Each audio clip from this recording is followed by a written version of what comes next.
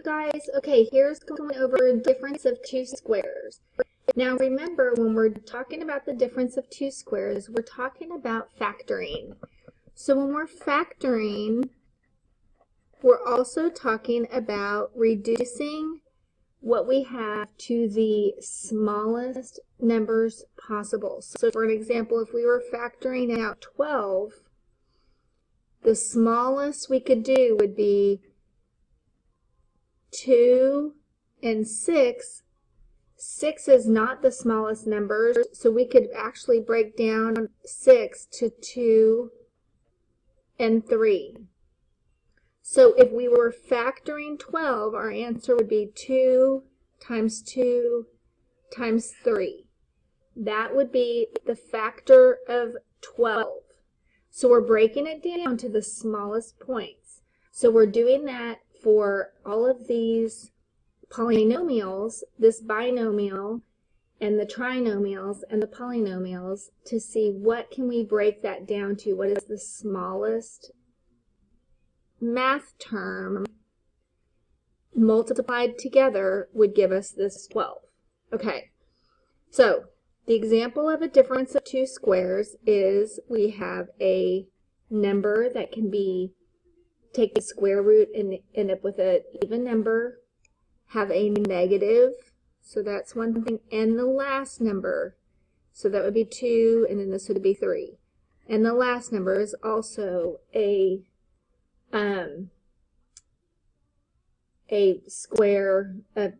positive square root.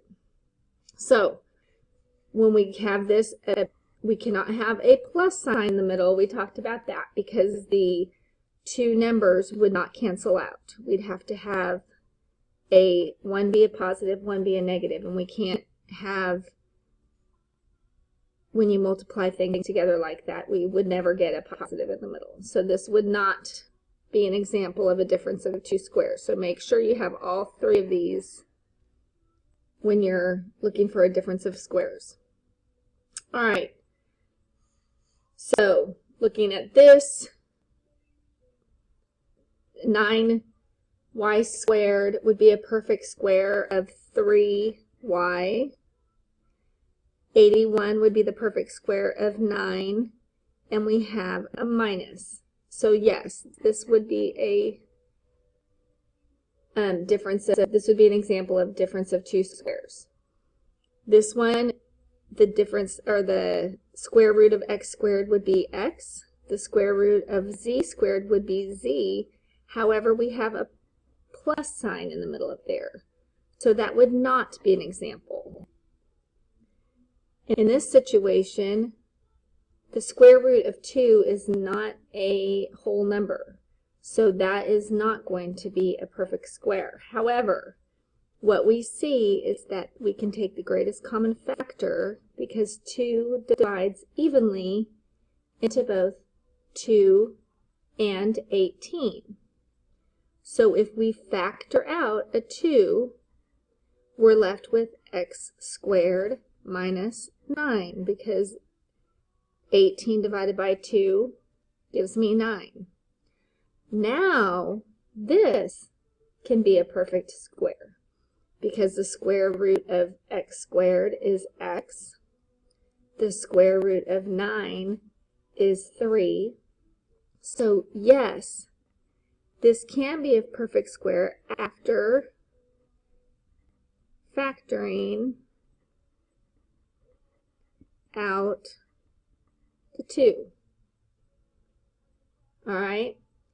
Then we have a squared, b squared. A squared is the perfect square of a. B squared is the perfect square of b. So there we go. We've got a negative. That's good. And the square root of 4 is 2. So yes, this would be an example of the difference of two squares. Okay, so just to be clear, we've talked about factoring out the greatest common factor. I'm just going to put this over here. We've talked about greatest common factor.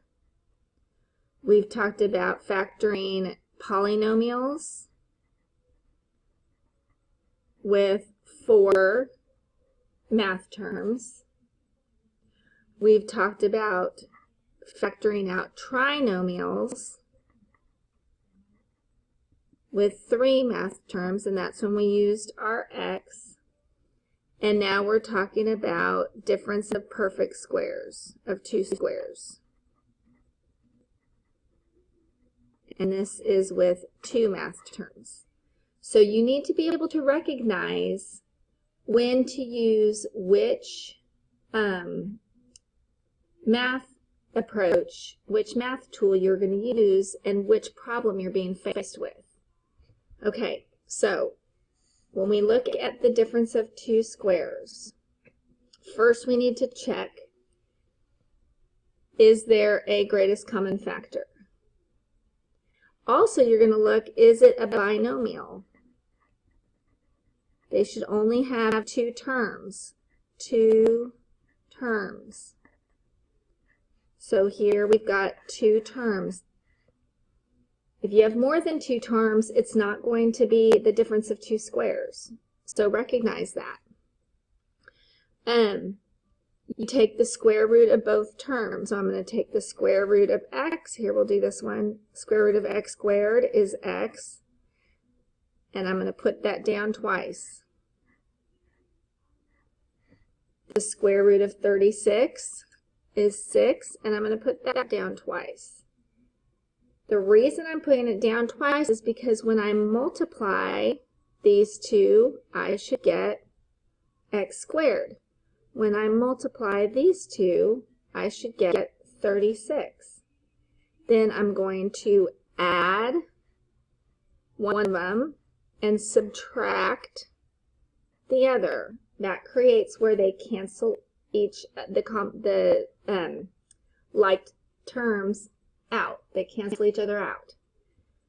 So therefore, then when I were to multiply them all together, if I were to use my FOIL or my box, then they would cancel each other out and I would end up with this. Okay? So, moving down here, this is a math shortcut. Keep that in mind. So we're checking for a greatest common factor. Is there a greatest common factor? No. What is the square root of 4x squared? 4x squared, the square root would equal 2x. What is the square root of 81? The square root of 81 is 9. So we're going to take our parentheses. I'm going to put 2x in one, 2x in the other, so that when we multiply them, we would get 4x squared. I'm going to put 9 and 9, so that if we were to multiply them, we would get 81. Then we add 1, subtract the other, and this would be our answer. That is what we're saying. We've broken down this term, this binomial, into the 2 numbers that when you multiply together, you get this binomial. Okay, let's do a couple more. So in number 3, I'm going to first look for my greatest common factor. I see that 2 goes into both of those. So my greatest common factor is 2. When I'm looking for the greatest common factor, what I'm looking for is what number divides evenly into both. So when I factor out my 2, I'm left with a squared, because 2a squared divided by 2 is going to be a squared. 32 divided by 2 is going to leave me with 16. So now I've factored out my 2. Here's, you guys need to remember, if once we factor out the 2, if I multiplied it back in, if I distributed back I would end up with this term, right? So I'm saying this would be like back when we talked about earlier when we factored 12. We factor out a 2 and we were left with a 6. We can still break down that 6. We can still break down this a squared minus 16. How do we break that down? Well, we take the square root of a squared, which is a. We take the square root of 16, which is 4. And what do I need to multiply that by? A, because these two need to multiply to each other to get a squared. 4, these two need to multiply by each other to get 16. I add 1, subtract the other. But I've already factored out this 2, so I need to make sure I bring that down into my answer. So now this would be my answer. Okay. In number 4, you can factor out a 20. When I factor out 20, which is shown in both of these math terms, I'm left with b squared minus 20 divided by 20 is 1. To check my answer, I could say 20 times v squared would give me 20v squared. 20 times negative 1 would give me 20. So I'm taking this out. I'm taking the 2 out. 2 times 6 would give me 12. But I need to factor this more, just like I needed to factor this more. So I am going to take the square root of v squared, and I get v.